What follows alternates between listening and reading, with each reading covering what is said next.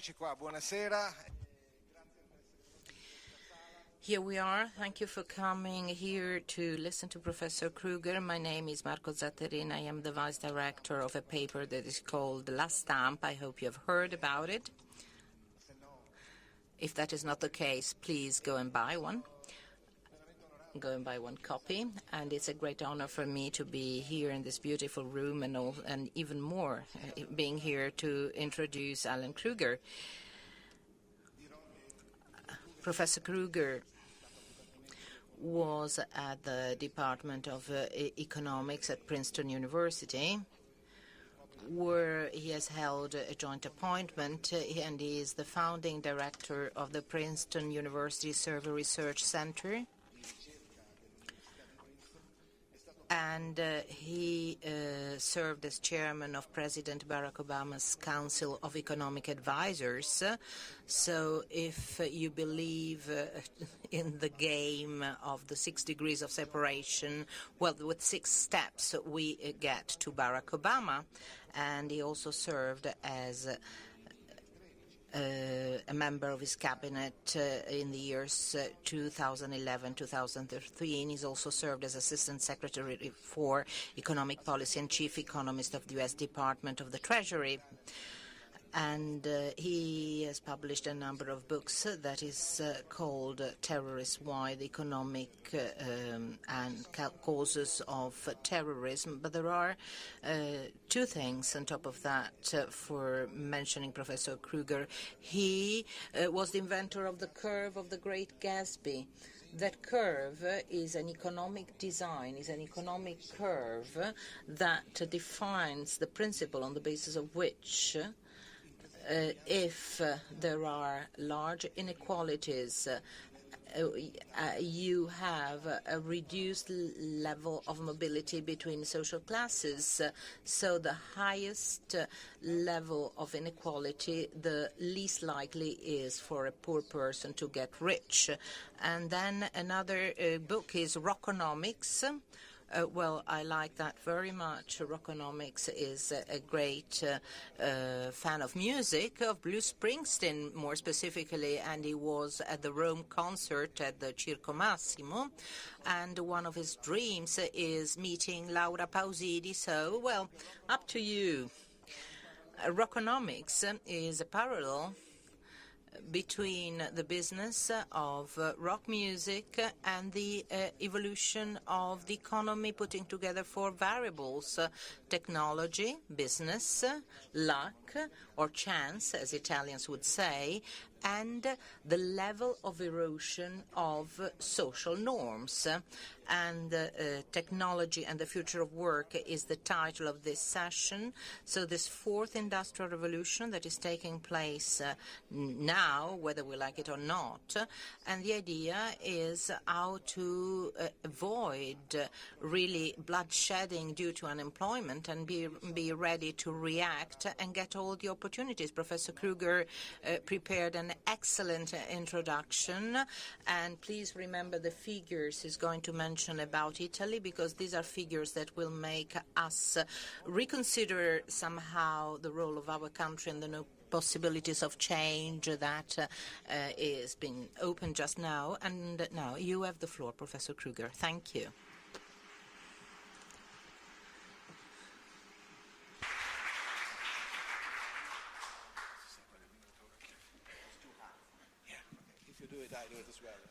Thank you very much, Marco, for that very nice introduction. And I'm very glad to speak to you today rather than have a robot come and give my presentation. I'm going to give you an overview of my remarks to begin with, and then I'll tell you why I reached these conclusions. The first point I want to make is that historically we have had waves of innovation, waves of technological change that have disrupted work, especially in the short term. They created new products, new opportunities, and ultimately technological change has raised our living standard because we could produce more with less human input.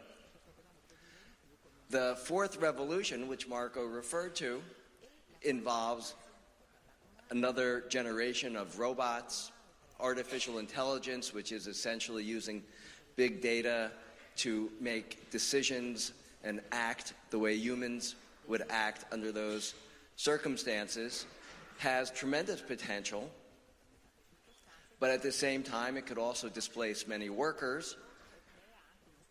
Interestingly, so far there's very little evidence that this revolution is raising productivity. We're seeing a slowdown in productivity growth. We're producing more per hour, but at a slower rate of improvement than had been the case historically. Now, I think that the pace of change is unlikely to be faster in the future than it has been in the past. That means that we should be able to adapt and create new industries for workers to go into. That's my expectation. I'm on the mostly optimistic side. At the same time, I think that jobs are going to change. Work will not disappear in the future. There will be jobs for people to do, important jobs for people to do, but the type of work is going to change because some of it will be completed by robots or artificial intelligence or other technology coming down the road. The main concern I have about technological change does not involve the disappearance of work, but it does involve downward pressure on income for less skilled workers and even greater inequality than we've seen in the past. And I'll conclude my remarks by saying a little bit about policy choices. And in essence, there are two broad choices we can make. One choice is try to slow progress or prevent progress. And the second choice is to prepare for technological change and to try to soften the negative effects of robots and artificial intelligence and take advantage of the improvements in technology. Now, I should start off by saying economists have a very long history of being wrong about technological change. And the pessimists over time have been proved wrong. So here are two very distinguished economists, John Maynard Keynes, whose name I misspelled, and Wassily Leontief. Leontief was a Nobel Prize winner who taught at Harvard and New York University. Keynes, as you know, invented Keynesian economics. Keynes said in 1930, "We are being afflicted with a new disease of which some readers may not have heard the name, but of which they will hear a great deal in the years to come, namely technological unemployment." That was 1930. Now we have, as you'll see in a moment, many more jobs than we had in 1930. Leontief warned, labor will become less and less important. More and more workers will be replaced by machines.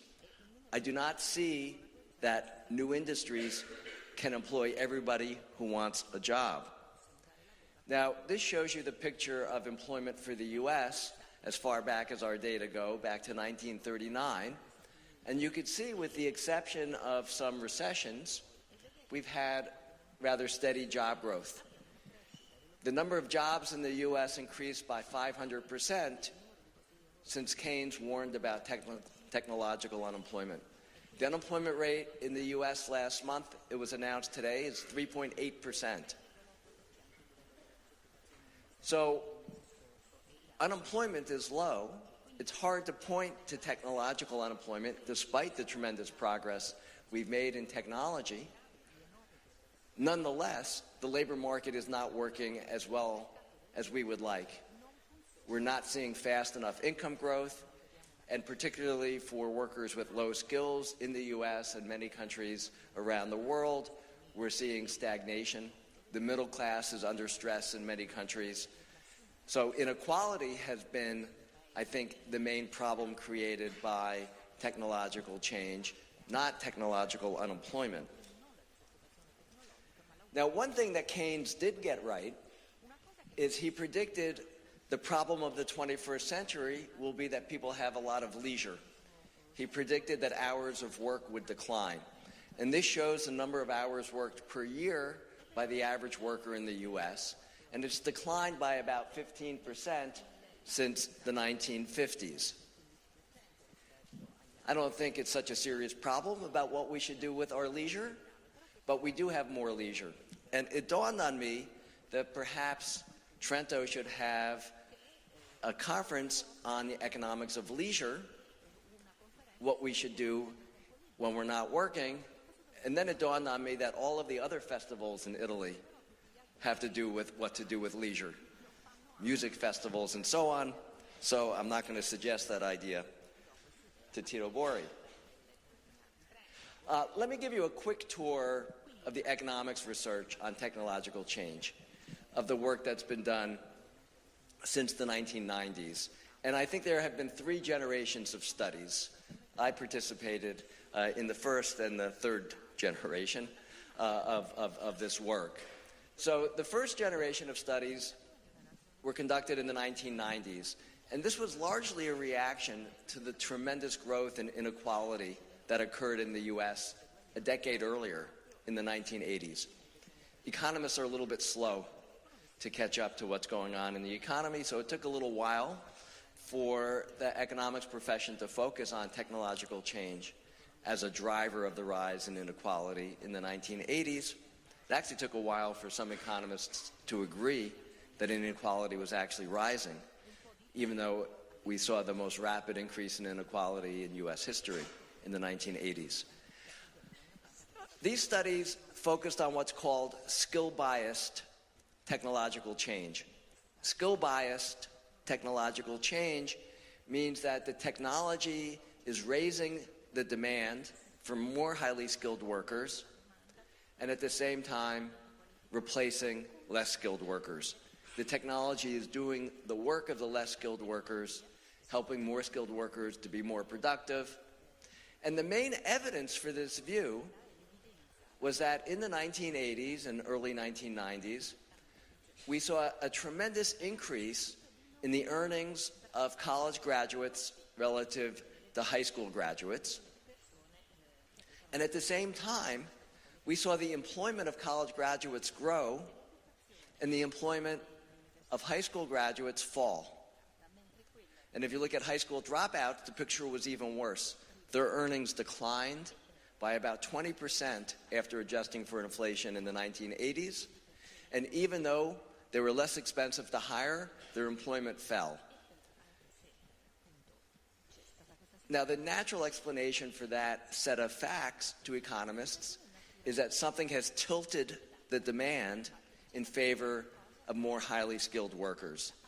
And the obvious culprit, the obvious suspect, was technological change. In the 1980s, personal computers became ubiquitous. IBM PC, I think, was only first sold in 1982. And by the end of the 1980s, about half of workers were using a computer on their job. If you look in the 1970s, hardly any workers were using computers on their job. So other work looked specifically at the spread of computer technology. Did the industries that were faster to adapt computer technology see a bigger shift in demand in favor of more highly skilled workers? The answer to that was yes. That's what I found in a study with David Otter and Larry Katz. Another study I did, I looked at earnings, how much workers are paid if they use a computer on their job versus not using a computer on their job. And I could look at some very specific occupations, like secretaries. And what I found was used by Microsoft in an ad campaign. There's a little cutout up here which says Princeton economist. They cut out my name. Calculates that anybody who uses a computer earns 15% more than an equally skilled coworker who does not. Then Microsoft like to point out that they make it easier to get a raise. The growth in training to use computers was really remarkable if you think about the revolution that took place in the way that work is done. That was the first generation of studies. The second generation of studies said, looking across skills, maybe that doesn't make the most sense. Let's look at tasks. Tasks. What type of work do people do on their job? What are the specific assignments that they do? And occupations were viewed as a collection of different tasks. And studies that were done in the U.S. by David Otter, Frank Levy, and Richard Murnane, one for the U.K., and then others for many other advanced countries, found that jobs were declining with mid-level of tasks, mid-level of skills. If you look at the 1990s, the situation was different than the 1980s. In the 1980s, the low-skilled tasks were declining. And if you look in the 1990s and continue into the 2000s, it's the middle-skill tasks that were under pressure. So middle-skill occupations were declining.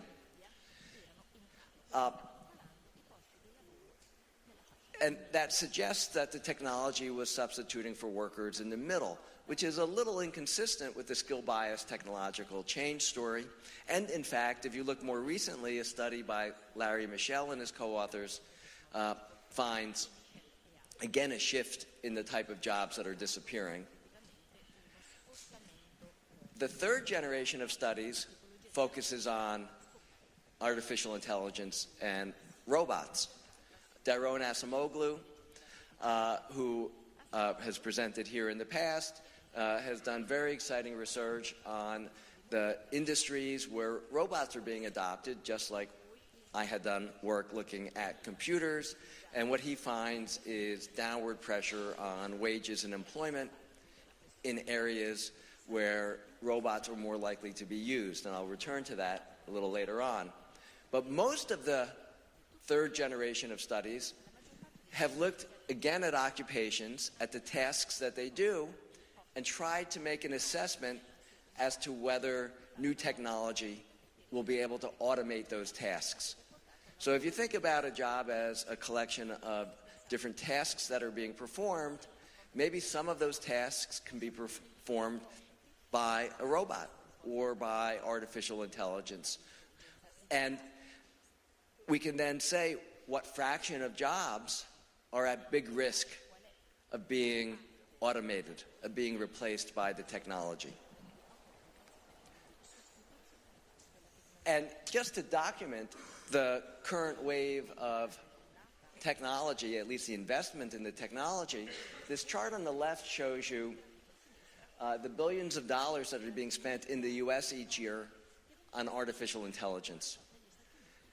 And you can see very rapid growth. Almost $5 billion a year now are being invested in companies that are trying to develop artificial intelligence to do different things, to answer phone calls at customer service companies, to make insurance adjustment claims. Sometimes these artificial intelligence systems work together with individuals. For example, you could have X-rays taken and have the computer evaluate the X-rays to see if there is a risk of disease. And you can also have the doctor, radiologist, look at them. And they both add value. So far, the artificial intelligence is not better than the doctors. It doesn't completely dominate the doctors, but it does a pretty good job.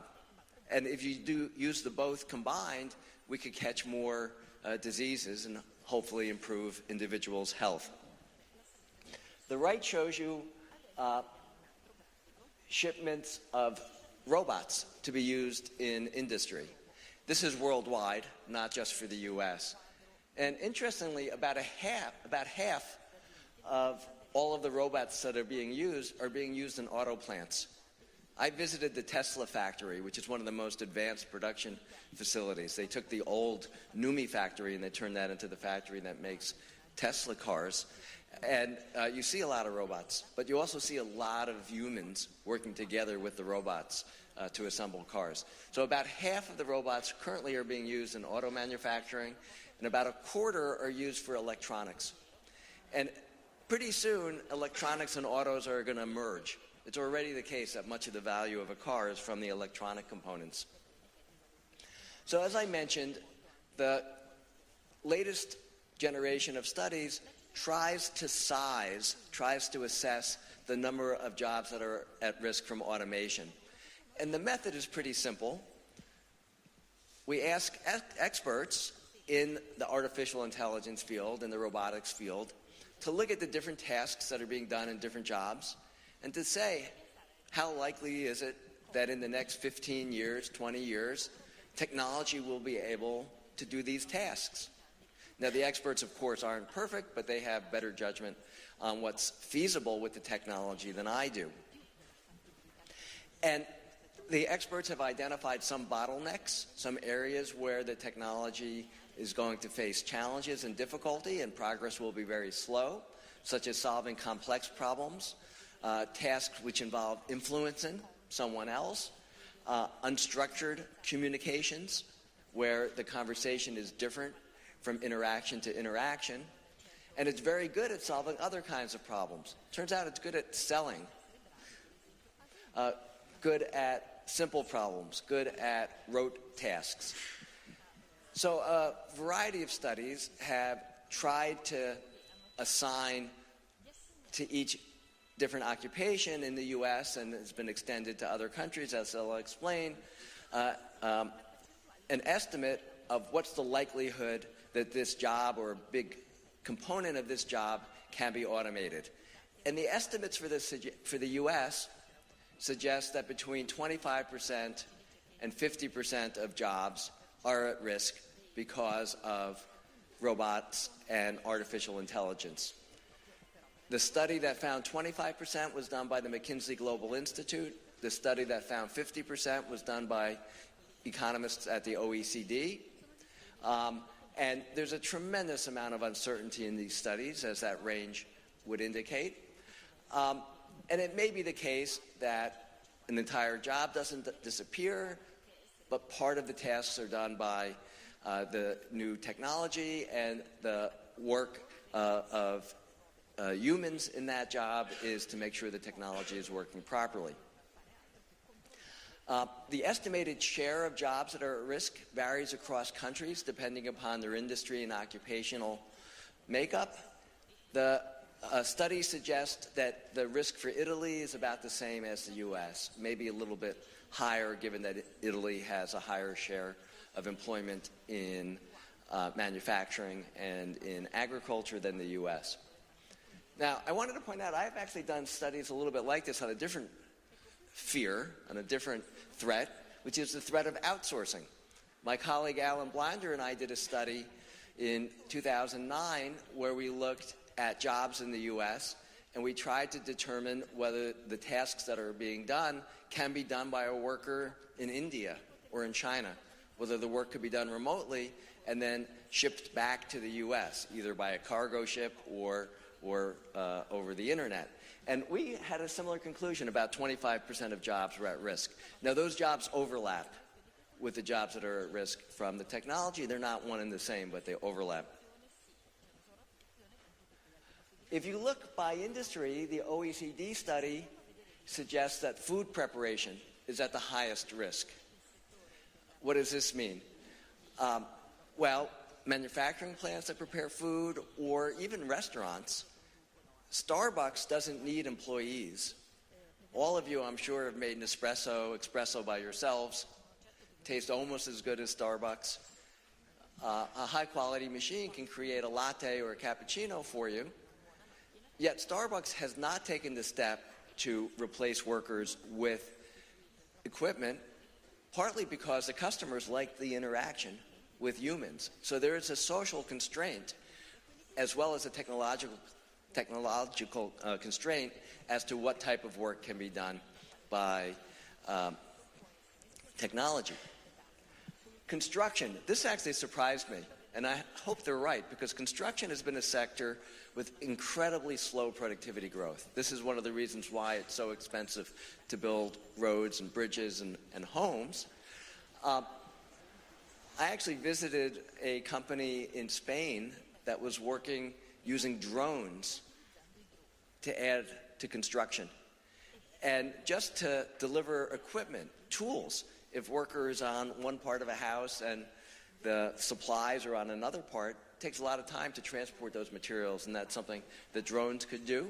I think this is an area where there's tremendous opportunity to help people afford shelter, basic necessity. Cleaning. Tito Bori told me earlier today that pretty soon equipment will be able to wash and fold his clothes for him and press his clothes, and there's already equipment that'll vacuum your house without you being there. Driving, driverless cars have gotten a lot of attention. At the bottom of the OECD forecast was teaching. And I have to say, this is a little bit depressing to me because productivity growth has been extremely slow in education.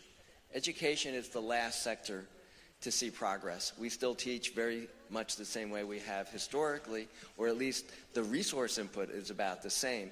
And here's an area where I disagree with the OECD. I think there's tremendous potential for artificial intelligence, adaptive learning, to help complement the way that humans teach, where students can work on math problems and the computer can quiz them based on their answers, determine where they need additional tutoring, can provide that information to the teacher who could tailor lessons based on the student's strengths and weaknesses. And one of the reasons why I'm optimistic about the future is that I think that we will see progress in using technology to train workers in the future, and that will help workers to adapt to a new environment in the job market. This chart, which is probably hard to read, shows you estimates for OECD countries on the fraction of jobs that are at risk. Blue is a significant risk. 50 to 70% of the jobs would change, and beige is greater than 70% risk. So Italy is on the relatively high end. The U.S. is on the relatively low end for the OECD. But you can see these estimates are not too far apart. 50% versus 40%. The OECD created a graph of the share of jobs that are at risk of being automated versus GDP per capita. You can see that Italy is right here. You'll notice this line slopes down. Countries with lower GDP per capita are at greater risk within the OECD. The McKinsey study gets the opposite relationship. Now they're looking at a broader group of countries. So Kenya, with a very low GDP per capita, has the fewest jobs that are at risk. That's in part because half of Kenya's economy is agricultural, and the OECD doesn't think that those jobs face a very high risk of being automated. McKinsey doesn't think that those jobs face a very high risk. If you look, because I'm sure you're curious about Italy, it's on the higher end again. So either in the OECD study or in the McKinsey study, Italy faces, compared to other countries around the world, a relatively high risk of seeing jobs automated, similar to the U.S. U.S. is similar to Italy. This is a very colorful graph. The McKinsey report did something which I thought was clever. They coded the countries using different colors based on the age of the workforce. And one reason why I think this is very informative is that older workers in particular face greater difficulty if they're displaced. If they're displaced for any reason, if they're displaced because of trade, if they're displaced because of technology, or because a company happens to close because there was not enough demand, what it produced went out of fashion. And Italy is one of the oldest countries. So not only old country, old people in the country, which creates an even greater challenge for making a transition to a new set of jobs. I mentioned earlier, my greatest concern is the impact of technological change on the quality of jobs, and particularly on downward pressure for earnings for low-wage and less-skilled workers.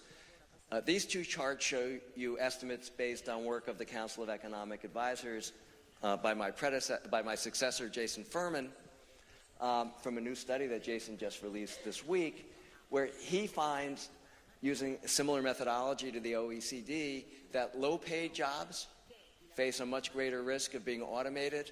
That's in part because tasks that are being done by less skilled workers tend to be less complex, more routine. And if you look by education, work that's being done by less skilled workers is also at greater risk of being automated.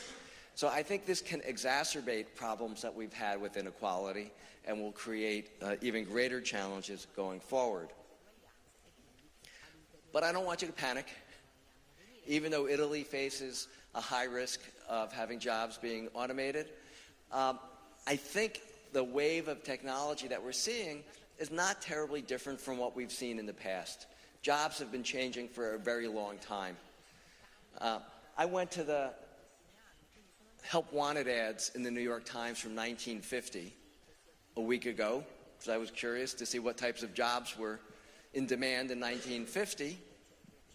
And if you look, there were a lot of jobs for comptometer operators. Anyone know what a comptometer is? Comptometrist? 1950, you could have gotten a job as a comptometrist. A comptometer is a mechanical adding machine. My father, who graduated college in 1952, didn't remember what a comptometer was, and he was an accountant. How about long-distance telephone operator? You know, the people who used to take out the wires and plug them in. A lot of jobs have disappeared because of technology. If you look through the old help wanted ads, you would be encouraged because work has been changing for a very long time, and we've adapted to these changes. Even some jobs like being a dental assistant. I would not want a dental assistant who was trained in 1950 to work on my teeth. The tasks that a dental assistant does today is totally different than what a dental assistant was doing in 1950. And the other thing you'll see is we've made tremendous progress in the U.S. because we used to have separate help wanted ads based on sex and race. So it says girls are wanted as long-distance telephone operators. Counter girl. These ads also would say a black person was desired to work as a maid. White person was wanted for a higher paying job. Now, this type of discrimination is illegal in the U.S. today, and I think that's a sign of progress. One thing I've done recently is to look at how jobs have evolved. I wasn't able to go back to 1950, but I went back over the last 17 years, back to 2000, and I looked at new occupations that the Bureau of Labor Statistics recognized for the first time in 2000 or in 2010, which is when they updated the occupation codes. And 54 three-digit occupations were added. Some examples include desktop publishing, wind turbine technician, aerobics instructors, numerical tool programmers, web developers. Those are examples of new occupations that the Bureau of Labor Statistics didn't think were important enough or big enough or didn't exist before 2000 for them to keep track of them, for them to have a separate category. And then if you look, from 2000 to 2017, almost half of the net job growth in the U.S. took place in the new occupations, 44%. So we had 11 million jobs added since 2000. 5.1 million are in these new occupations that didn't exist. If it weren't for these new occupations, job growth would have been much weaker in the U.S. over the last 17 years. Interestingly, many of the new jobs are high-paying jobs. The average hourly wage on the new occupations was $44 an hour. The average on the old occupations is $22 an hour.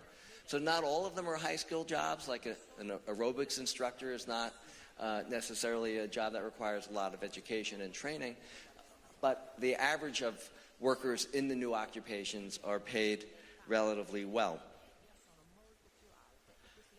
Now, the reason why I suggest we don't need to fear technological change is that the pace doesn't look like it's particularly faster than what we've seen before. And in fact, there's some evidence it's slowing down. I did the same exercise looking at jobs and new occupations back in 2000, where I looked at the preceding 30 years. And over that period, well over half of the net job growth was in new occupations. So in some sense, I think we're sort of seeing less turnover in the job market when it comes to occupations. This chart shows you how industries have evolved in the U.S. since 1850. Back in 1850, over half of Americans were working in agriculture. You can see manufacturing wasn't especially big. Agriculture declined because productivity growth was incredibly rapid and sustained in agriculture. Manufacturing grew. More recently, manufacturing has been declining. That's in blue. What's been growing, of course, is services. So, contrary to Wassily Leontief's prediction, we have created new industries to absorb workers who are displaced. But the story is not quite that simple, because it's not as if a 50-year-old agricultural worker then became an auto worker. Much of the transition took place across generations. And as I mentioned earlier, older workers tend to suffer through a period of displacement, see big losses in income and employment when there are new waves of technology. And I think, at least for the U.S., that's the group that is in need of particular support to help them make a transition. Another reason why I wouldn't fear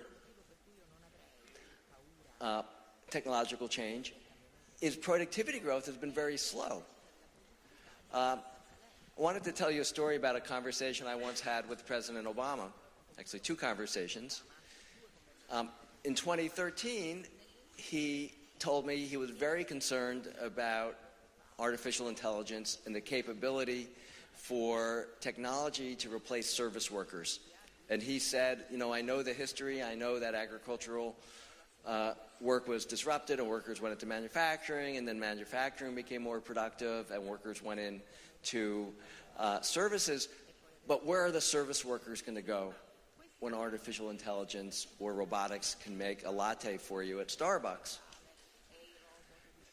And then a week later, he stopped me in the hallway and he said, I just read something by Robert Gordon which argued that productivity growth is very slow. We've had all of our great ideas in the past. There's nothing like indoor plumbing or the invention of electricity sort of on the horizon. And I'm worried about very slow productivity growth, slow improvement in living standards in the future. And I pointed out to him that his concern last week was the opposite, that we were having too rapid displacement, too rapid productivity growth, and he can only choose one dystopia. He could only choose one set of problems because they were in conflict with each other. Now, of course, he understood that, and my fear is more the latter one. This shows you productivity growth in the U.S. on the far left and Italy on the far right, average from the decade from 1996 to 2006, and then from 2007 to 2018. Productivity growth in all of these countries, U.S., Japan, Canada, Germany, France, UK, and Italy, has slowed down over the last decade compared to the preceding decade, and slowed considerably. In the U.S., we've gone from 2.3% a year increase in productivity to 1% a year. Italy, you'll notice, had a productivity growth slow down even before the rest of the world. And over the last decade, productivity has essentially been stagnant in Italy. This is one of the reasons why growth has been so slow in Italy and why living standards have stagnated. So I think that we need to focus on how do we raise productivity growth to raise living standards. Technology has both positive and negative effects on employment. On net, over time, they've been positive. We tend to focus on the direct effect of technology replacing the work that workers do. But there are many indirect effects. First of all, workers who do complementary things to the technology see an increase in their employment. This is something that we're seeing in the U.S. today with workers in warehouses and product delivery. With the tremendous growth of Amazon, which has disrupted retail employment and caused retail employment to decline, we've actually seen bigger growth in workers in fulfillment centers who package the orders and delivery service workers who deliver the orders. So just looking at those two effects on net, it has led to job growth and, of course, better service for customers. But there are other indirect effects. Because of productivity growth, because we can produce more with less, we're richer. And because we have higher income, we consume more of everything. That's called an income effect. That leads employment to grow. And then most importantly, the technology enables us to create entirely new products and services.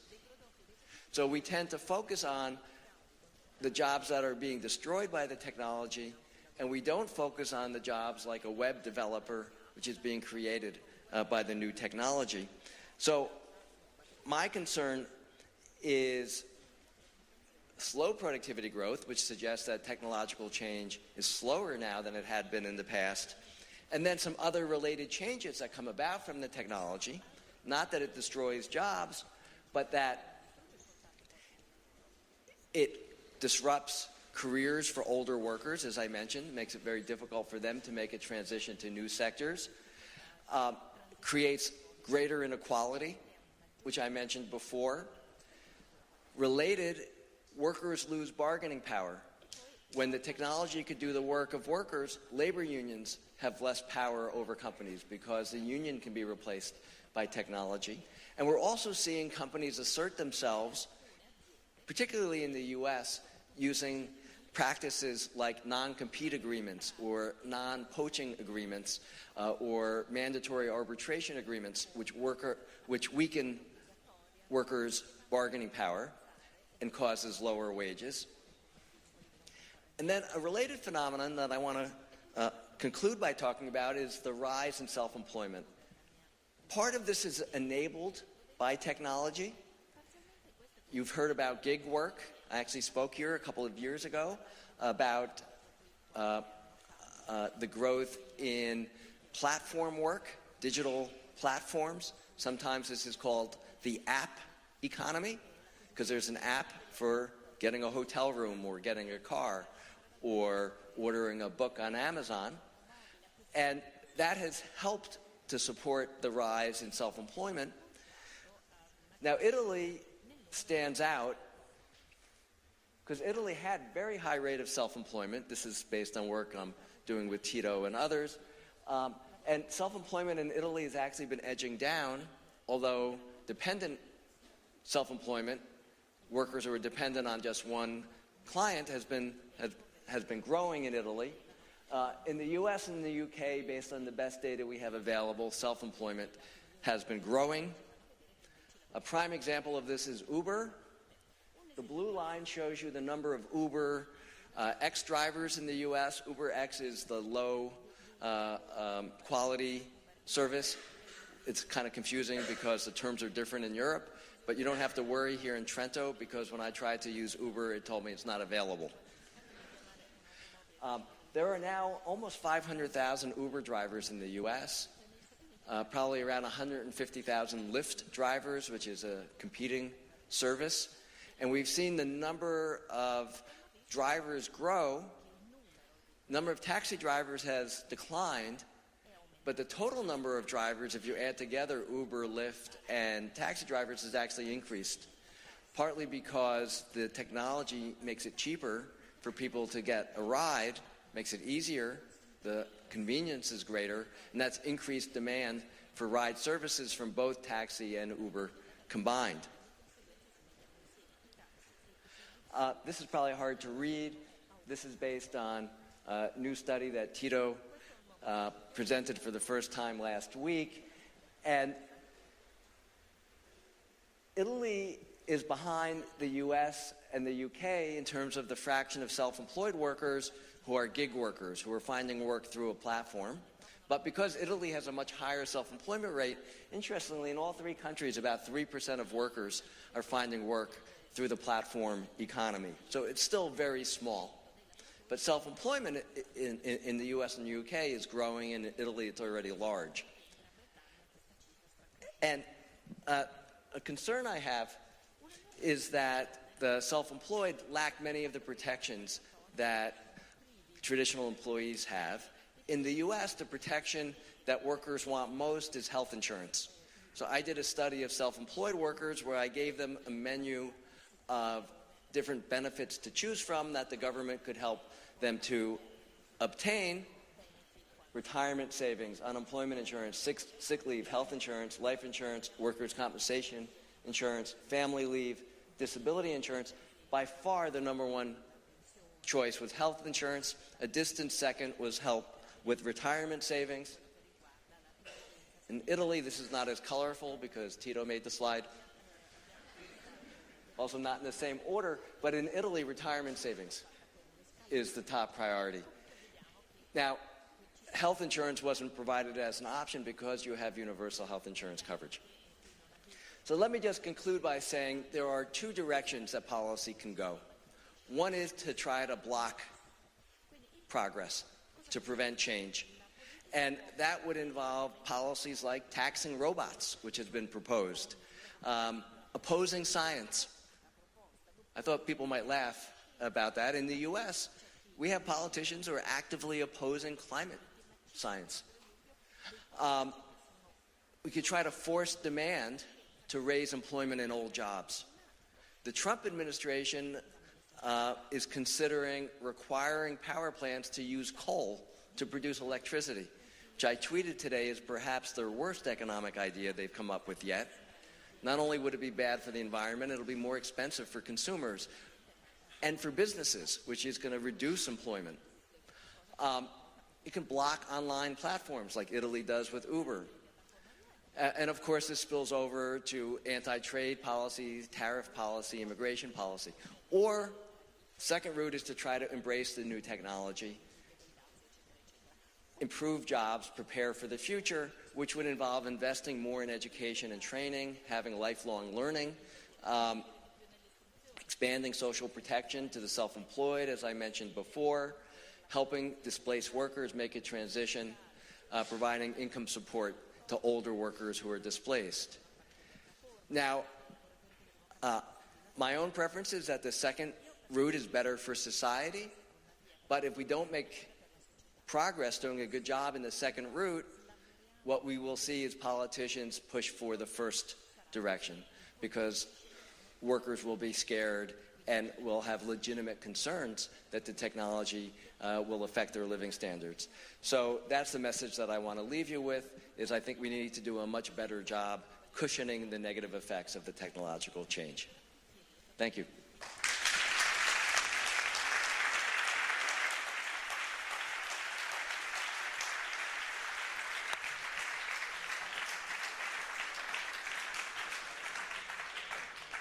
Eravamo d'accordo con il professore che avrei dovuto. Together with Professor Krueger, we had agreed that I was supposed to stop him after half an hour, but I didn't have the heart to do that, and I hope you agree with my decision. It is very interesting to try and understand the future that is ahead of us. Last Sunday, Mr. Stefano Scarpetta, the Director for Social Affairs and Jobs at OECD, will present the latest data. I would like to be here on Sunday as well, but unfortunately I won't. There are many, many points I would like to stress, but I shall restrain myself. Well, let me recall that we have 25 to 50% of jobs that are at risk before of innovation. Although Professor Krueger says, don't be afraid, this has happened in the past. Well, in Italy, the situation seems to be worse than in the United States, but actually we knew that already. But the most fascinating challenge resides in the fact that technology change will be more scary if productivity is low. So we should be scared because we've seen terrible data regarding Italian productivity. They're appalling. Now we have about 30 minutes for questions, and I would like to abuse of my position and ask the first question. Professor KRUEGER, we have seen that there is a higher social risk in Italy, and that we have a productivity issue. Our labor market and our income distribution must be reorganized. So, in your opinion, which could be the effect of what we refer to in Italy as citizenship income, which is a basic income guaranteed by the state to every citizen, providing certain terms are met? I mean, if you were the president of the Italian government, if you were a prime minister, would you suggest this kind of basic wage for everybody? I think, first of all, thanks for not appointing me president or prime minister. I understand that job was just taken. You know, as you mentioned, I think Italy's #1 problem is low productivity growth. And the question is, how can you raise productivity growth, create higher income growth, and greater employment? I think those are Italy's challenges.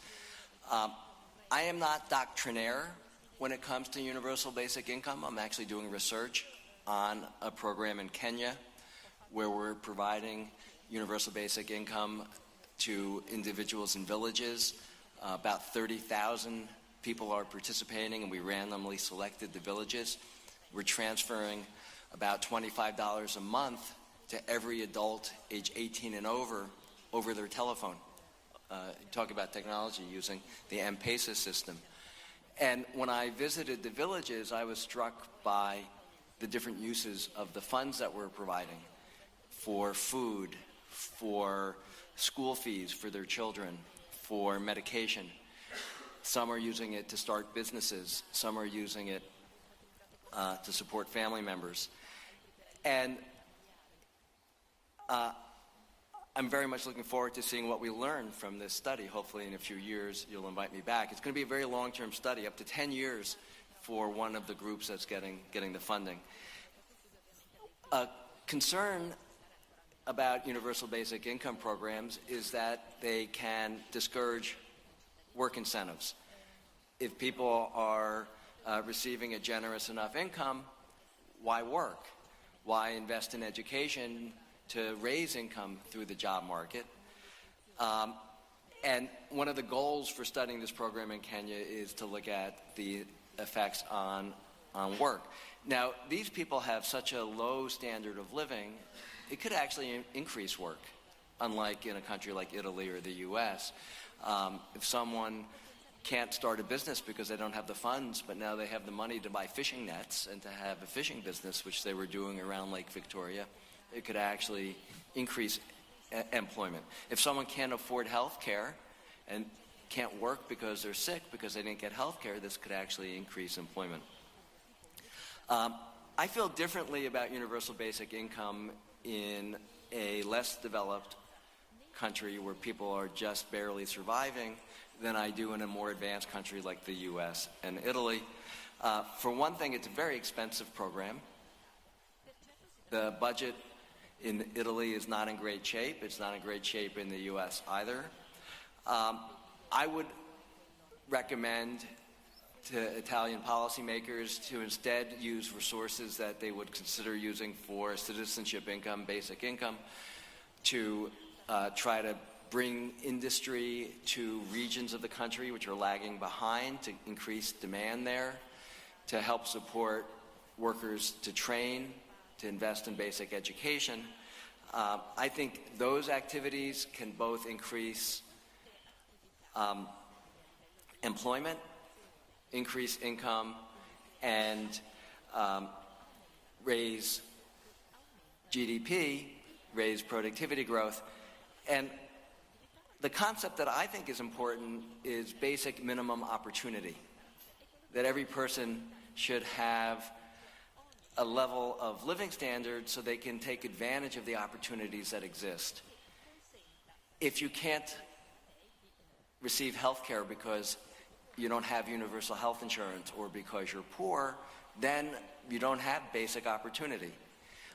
If you don't have access to education, then you don't have the tools you need to take advantage of opportunity. If you don't have adequate shelter, if you can't feed yourself so you go hungry, then you don't have basic opportunity. And I think what we're doing in Kenya is providing enough income for people to have basic opportunity. In the U.S., I think we meet that standard already, which is why I've not been a supporter of basic minimum income in the U.S. I've supported more targeted programs to make sure that those who are disabled and unable to work can live in dignity and can support themselves. The elderly who are retired, and this is a concern among many Italians, given the way that retirement savings was ranked, for the elderly who can't work and may face health problems. I think that is a more desirable economic approach. But I learned when I worked in the government that the best shouldn't be the enemy of the good. So I don't take that hard a stand, and I think this is an area where research will help us to learn more about the adverse incentive effects in advanced countries. Allora, nel primo governo Krueger avremo le Well, we have this opportunity of citizenship now for Krueger if he wants to become our future prime minister. And so short questions, please, without introduction. If you can, you just give name, surname, and also your code if you are in the army.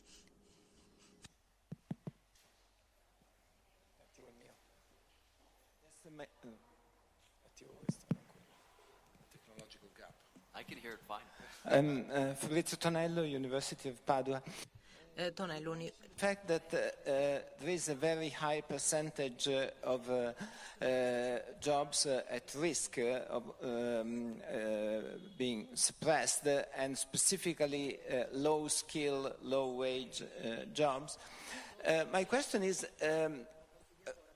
really that so if you come from 40 years of pressure on wages, stagnant wages, which gives us a situation both in Italy and in the United States where you have millions of jobs at very low pay? Why automating a job like picking tomatoes when you can have people doing that for $2 an hour? So is this not a contradiction in the analysis? That's a very good question. So there are two parts to my answer. One is I completely agree that there is a greater incentive to develop technology to substitute for human labor in jobs that are more expensive, which have higher wage. There's also a scale effect. So if you think about investing in the technology and the research, big occupations would have higher return because there are fixed costs for the investment. That said, there's also a technological barrier. And the work that's done by less skilled workers tends to be more routinized. And at least with the current technology that's available or that's foreseen in the near future, that's the dominant factor. So I think what you said is exactly right. It makes much more sense to invest in technology to try to replace accountants and lawyers and doctors. The problem is that the work that they do is more difficult to replace with technology. I'm not saying that parts of their tasks can't be replaced, but the job as a whole, I think, is more difficult to replace with technology. Good evening. Yes, my name is Francesco Millei, University of Bologna. I would like to go back to something you said during the last slide. The gentleman is speaking English. To prepare, to be ready for the technological progress. And I was wondering whether this view implies a conceptual framework in which technological change and innovations are somehow unstoppable, inevitable. And more specifically, whether people outside this room can be scared from this view.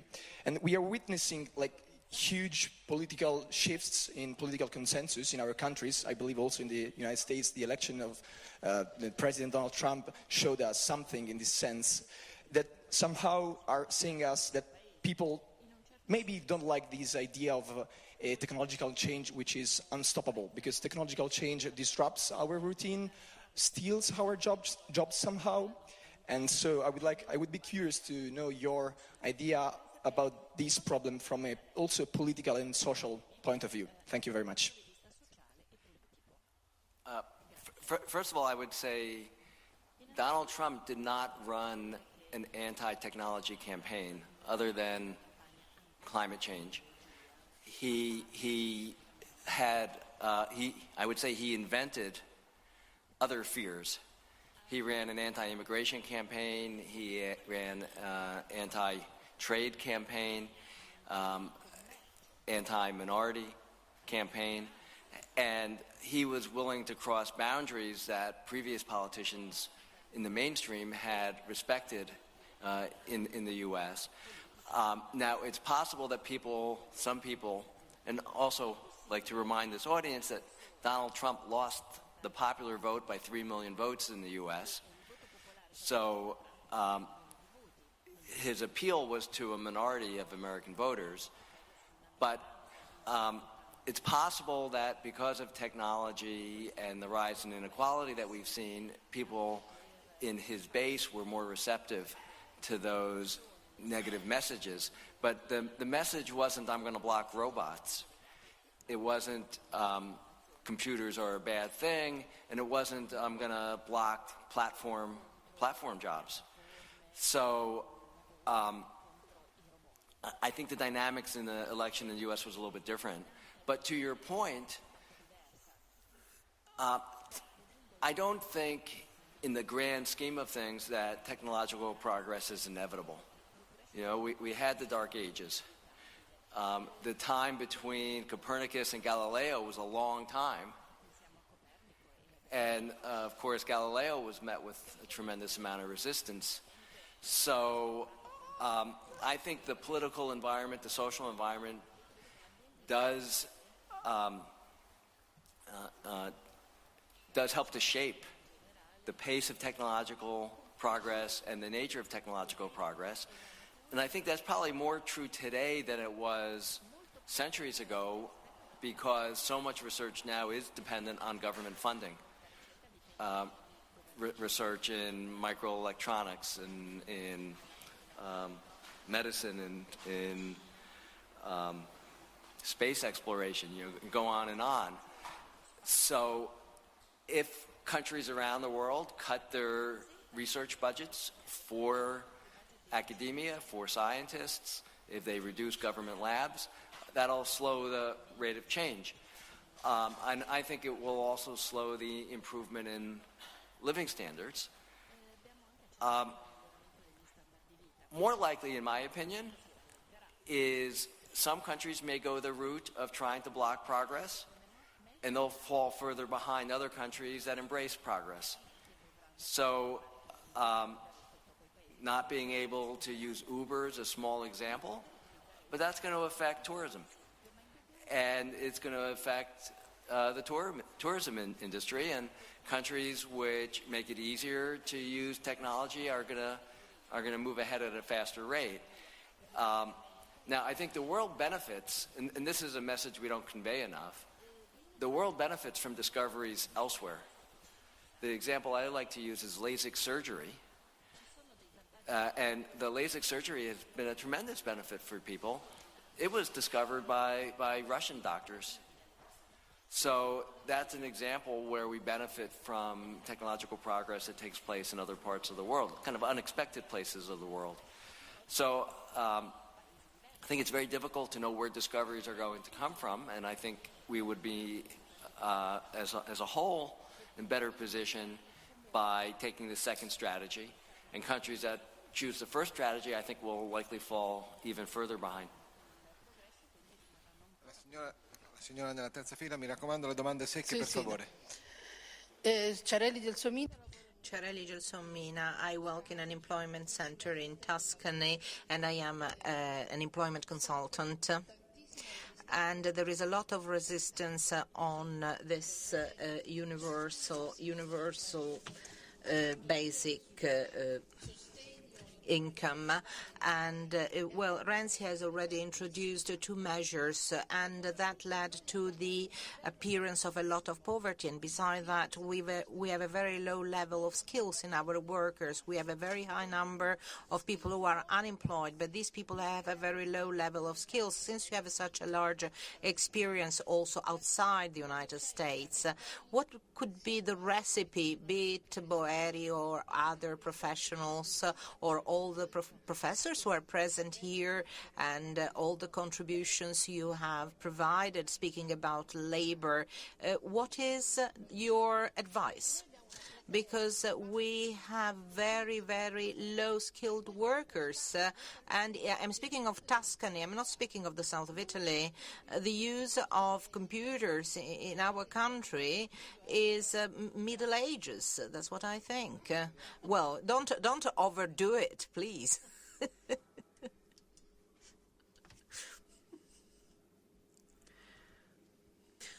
of all, I love visiting Tuscany.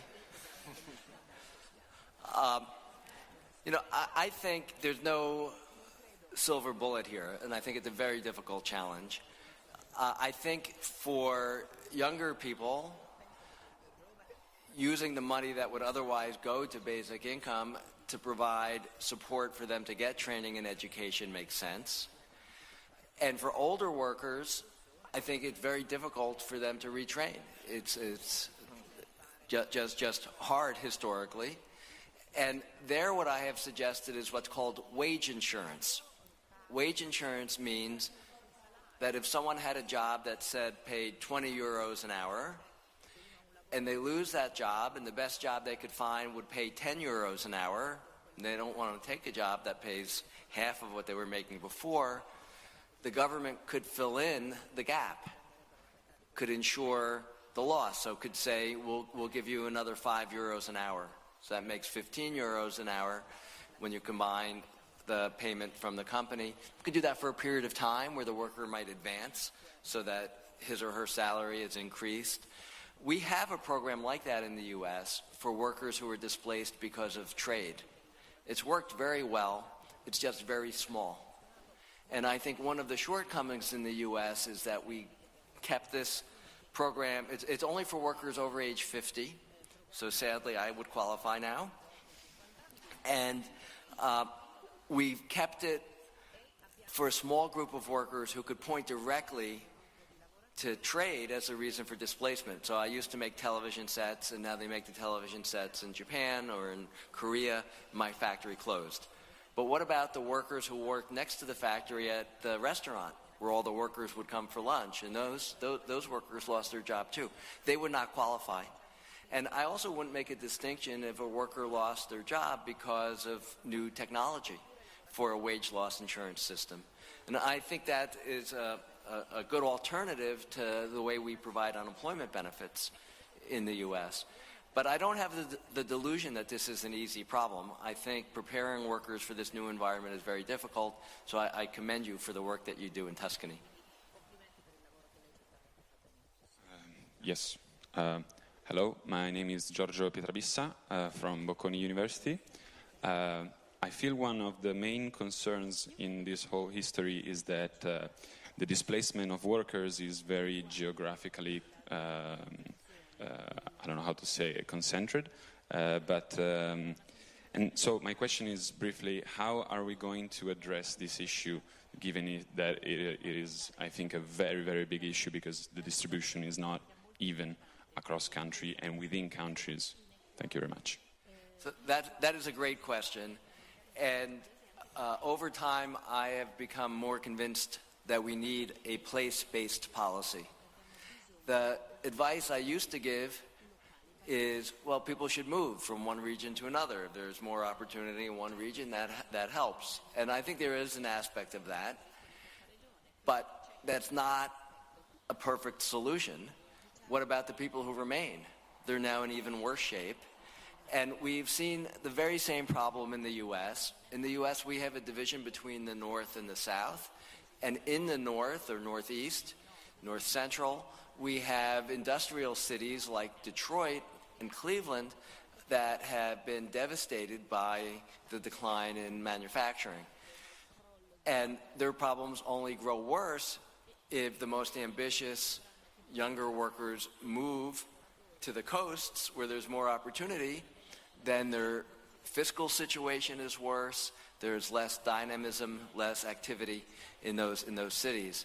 So I have evolved in my views, and yes, I think mobility is good, but I think we should also pursue policies to help support areas. And usually these areas don't have just one problem. It's not just a problem of bad schools. It's not just a problem of crime. It's not just a problem of lack of employers wanting to hire workers. It's all of those things. So I think we need a comprehensive place-based strategy. And this is something that I spoke about. Marco was kind enough to mention my interest in rockonomics. I gave a speech at the Rock and Roll Hall of Fame towards the end of my time working for President Obama. And that's in Cleveland, Ohio, and I thought, what better place to talk about these types of issues? So I talked about place-based policies in that speech. And there are many spillovers. This is another point which I think economists have learned, in large part from the work of Enrico Moretti and others, that there are spillovers across areas. And you could have a virtuous cycle where an area starts to improve and then it improves even more, kind of takes off. Or you could have the opposite, a downward spiral. And I think using the tools of government to try to put us in a more virtuous cycle where you get the benefits of the spillovers is good in a number of respects. And I think it requires careful thought. I think we need to think about what the resources are. I used the example when I spoke about this to President Obama about Chicago and Cleveland. And the president said to me, he chose to live in Chicago in the late 1980s. Chicago and Cleveland were very similar then. Chicago was going through a very difficult transition at that point. It had a strategy to make itself a transportation hub. It had a strategy to make itself top place for universities with Northwestern and University of Chicago. It had a strategy to make itself a destination, and Cleveland just went on a downward spiral. But at the time, it was not so obvious that Chicago would turn into one of the greatest cities in the world and that Cleveland would be in such difficult times.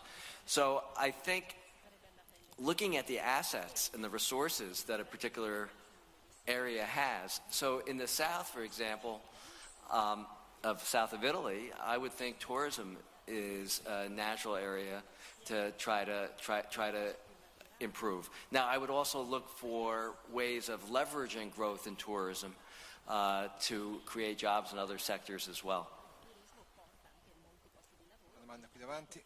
Saverio Bombelli from IMSS. I read the research you did with Harris and Katz and others on gig economy, and you came out with this idea of a new third category of workers, the so-called independent workers. So the question is, how is it going? There is acceptance for this idea in the United States, and more general, is the gig economy becoming more regulated? More what? Regulation on the gig economy, if there is now more regulation on the gig economy than respect to the past. Yes. So to review for others who haven't read my paper with Seth Harris yet, we looked at what's going on with Uber and TaskRabbit and other companies in the platform economy and concluded that the workers don't fit one box or the other. We have a box in the U.S. which says you're a traditional employee, you are covered by overtime requirements, you're covered by the minimum wage, your employer withholds your taxes and provides other benefits. And the alternative group is you're self-employed. You get to choose where you work, when you work. You have to pay your own taxes. You have to keep records for that. You have to pay for your retirement, both parts of the payroll tax, what the employer would pay and what the employee would pay. You don't receive minimum wage coverage because who are you going to force to pay you the minimum wage because you're self-employed? And who's monitoring your work hours? And a company like Uber falls in between. Now, Uber chose a strategy of classifying their workers as independent contractors. That's the second model. They thought that that was legally justified because the workers choose when they work, they use their own equipment.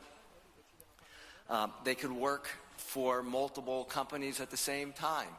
Uber doesn't prevent one of the Uber drivers from having an app on for Lyft at the same time.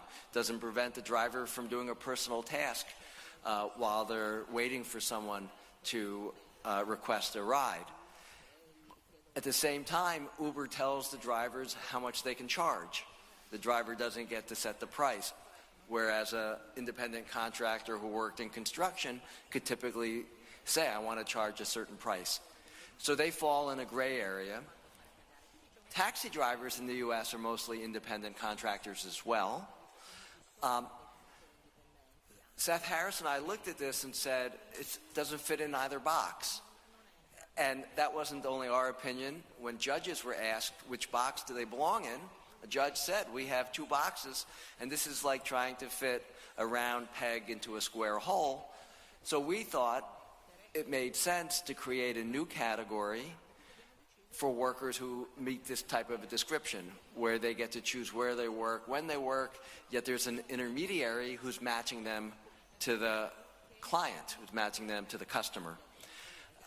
And some protections would make a lot of sense in this environment, like civil rights protection, anti-discrimination.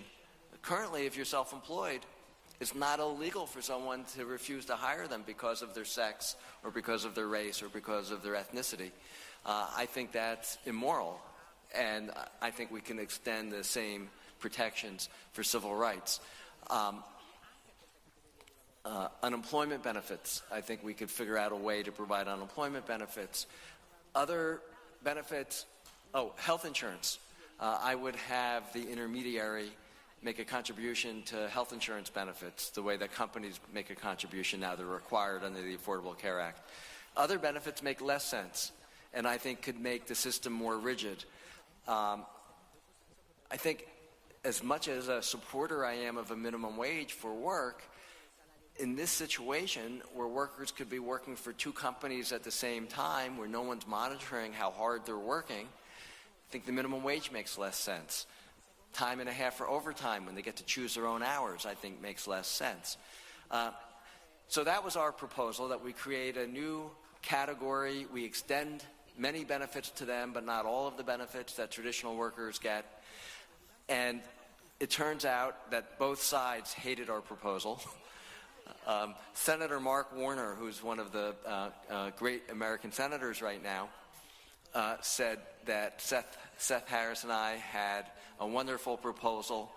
It was a great compromise, and we managed to piss everyone off, which may be a mark of a good compromise. The sides are not ready to compromise yet. So you asked, what's the state of the law?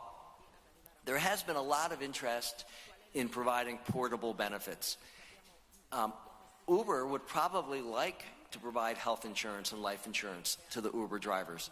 They don't do that because they're more likely to be ruled to be an employer if they do that. So one proposal which receives a wide range of support is to have universal portable benefits for workers, that there would be an exemption where they could provide those types of benefits. There's been very, very little progress in this area. It's very complicated. Politically, it's very, very difficult because of the way Congress is set up. There are multiple laws that determine whether someone's an employee. They could be an employee under the Fair Labor Standards Act and an independent contractor under the tax law. And to try to make this consistent politically is extremely difficult because different congressional committees have different jurisdiction. And I don't envision the Congress doing much in the near future. I think what could cause something to happen is if the courts reach a series of conflicting and untenable decisions. And that's what we saw in the U.S. history if you go back to workers' compensation insurance, which is benefits for workplace injuries. We had a grand compromise once the courts made the system unpredictable, possibly very expensive, essentially turned it into a lottery, which didn't work for anyone. And our court system may be moving in that direction because we've had a series of conflicting rulings. The most important ruling recently was in California, where the state Supreme Court adopted a new framework for determining who is an employee, which makes it more likely that independent contractors will be classified as employees, but that still is evolving. Ok, avevo pensato di chiudere, ma vorrei prendere ancora una domanda laggiù, anche perché... I actually thought of concluding, but I can see there's a person who's been there with raising the hand for 10 minutes, and I'm sure he's got cramps. At the LSE. And my question starts with Richard Baldwin's and his book about the Great Convergence, and he says that the third unbundling will be about separation of labor from laborers. So with that, people from developing countries will be able to compete with people in developed countries via robotics and telefuture. So the question is, which impact will that have on wages and jobs in the developed countries? Thank you very much. Good question, and I have to confess to not having read Richard Baldwin's book yet. I referred earlier to a study I had with Alan Blinder, where we did a similar exercise, where we looked at the tasks that are being done in jobs, and we made an external determination on whether that work could potentially be done remotely and provided to the U.S., or we asked workers for their judgment, whether it's conceivable that a worker sitting in India or in Egypt or in China could do the work that they do for their customers, for their employer. And as I mentioned, we found that about 25% of jobs in the U.S. meet that category. They were not all concentrated at the low end. What was interesting and makes it different from the research that's been done on artificial intelligence and robotics, they were across the spectrum in terms of skills. So I think that the impact of outsourcing, which again is of a magnitude of a wave of change that we have adapted to in the past, I think that would be spread more uniformly throughout the skill distribution, so I think the impact on wages would be more neutral. Allora, prima di salutarvi vorrei ringraziare questo festival. Well, prior to saying bye-bye to you, I would like to thank the festival for hosting us. I would like to thank the interpreters for their job. The interpreters would like to thank Professor KRUEGER and Professor Zatterin. Thank you very much, Professor KRUEGER, for being here. And perhaps you remember the Blue Oyster Cult, a rock group of the 70s, saying, "Don't fear the Reaper." So don't fear death, don't fear the future. What we've learned today is maybe that we should not be afraid of robots and AI, provided that we manage to take on the challenge. And how we take on the challenge depends on us and on the people who govern us, on our administration, on our politicians. So we are in their hands, but we're also in our hands. Enjoy the challenge and enjoy the festival. And keep pressing, because we will be successful and we shall make it. Thank you.